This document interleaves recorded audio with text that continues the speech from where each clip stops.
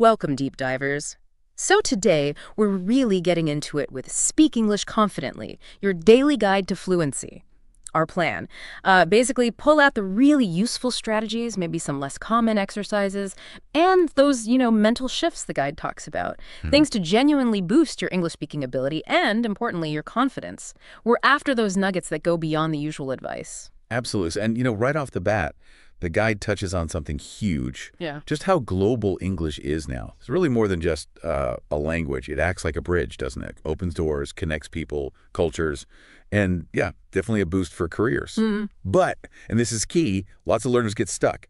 There's often this real fear of making mistakes or just finding time to practice consistently, or maybe just feeling a bit lost with all the grammar and vocabulary. It can be overwhelming. That's a really good way to put it. And the guide, it seems to promise actual ways through those struggles, right? Yeah. So we're going to unpack the main pillars it talks about for confident speaking. Things like pronunciation Yeah, getting the sounds right. and smart ways to build your vocabulary.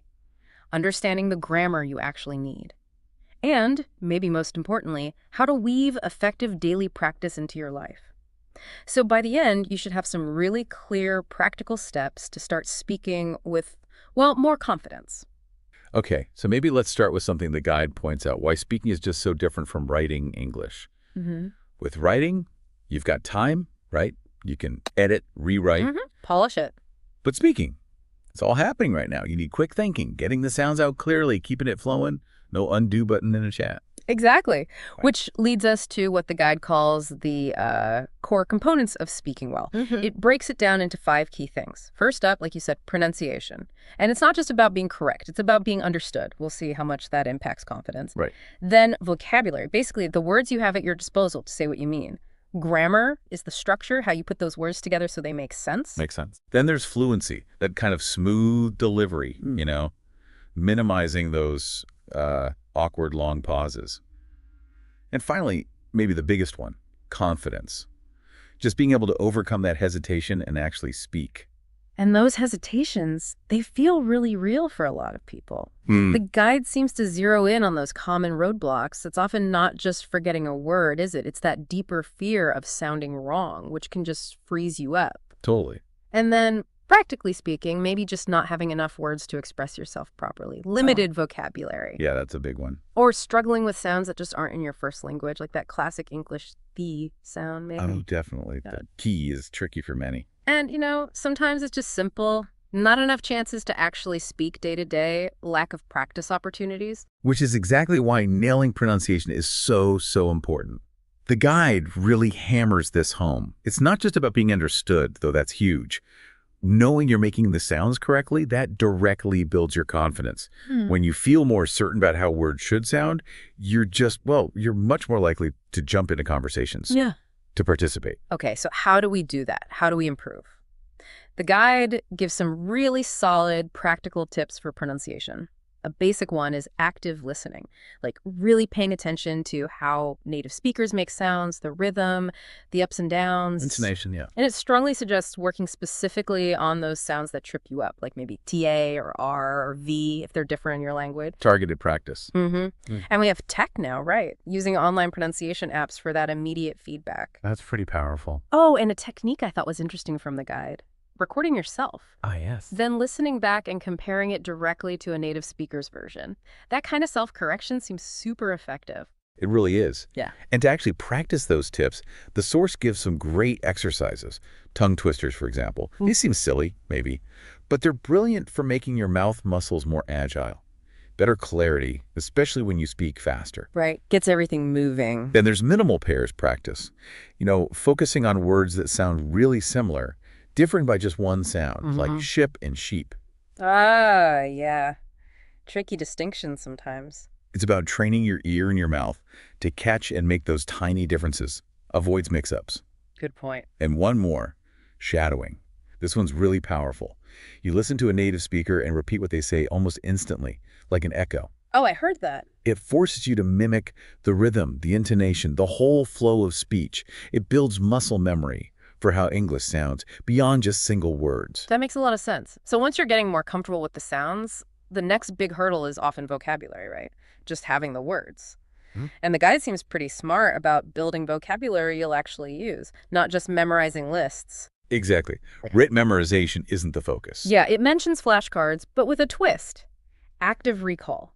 So don't just look at the word and definition. Try hard to remember it before you flip the card. That little bit of effort makes a huge difference in retention, apparently. Like triples it. Yeah. Forces your brain to work. Wow. And learning words in context, that's crucial. Not just isolated words, because meaning changes depending on the sentence. Right. Totally.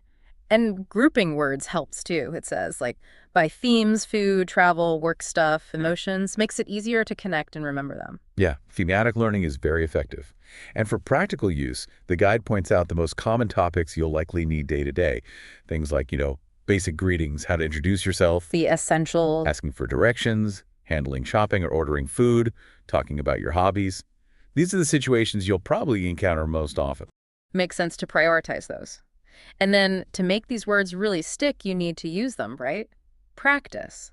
The guide suggests actively making your own sentences with new words. Don't just recognize them passively. Integrate them, yeah. Speaking with language partners or friends, that's where the real-time practice happens. Testing them out.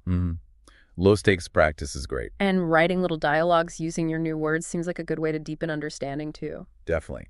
It reinforces the usage. Now, connecting this to grammar, the guide's approach seems quite freeing.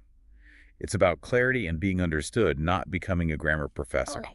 Not academic perfection. It suggests focusing strategically on the grammar structures you need most for speaking, like present simple and continuous. Everyday stuff. Past simple, ways to talk about the future like will or going to, asking basic questions, and those helper verbs like can, should, must. These are your workhorses, really.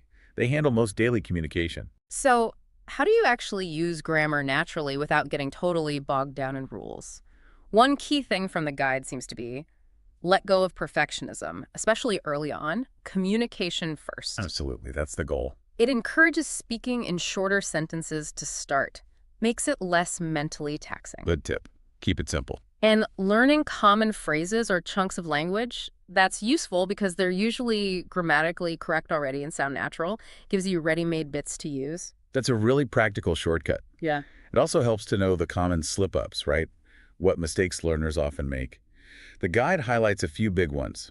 Subject-verb agreement, like saying he walk instead of he walks. Yes, that's this. Using the wrong tense is another frequent one. Word order, especially in questions, can be tricky if your native language does it differently.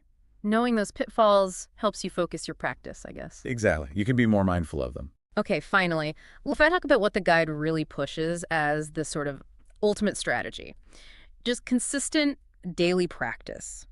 This seems to be where the real progress happens, making it a habit.